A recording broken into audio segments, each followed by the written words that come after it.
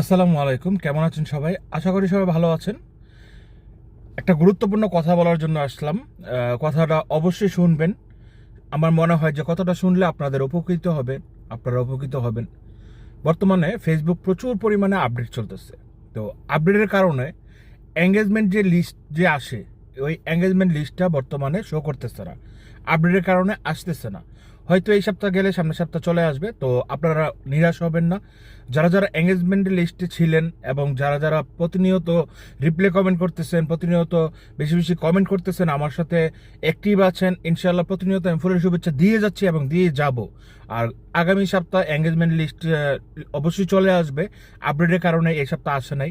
So আপনারা ধৈর্যহারা হবেন না, ধৈর্য সহকারে কাজ করেন। ফেসবুক প্ল্যাটফর্মে বর্তমানে প্রচুর আপডেট চলতেছে, স্টার নিয়ে, বিভিন্ন ধরনের প্রোগ্রামিং নিয়ে আপডেট চলতেছে।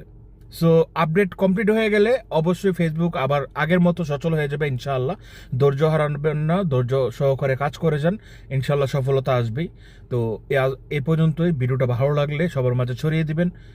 আল্লাহ হাফিজ।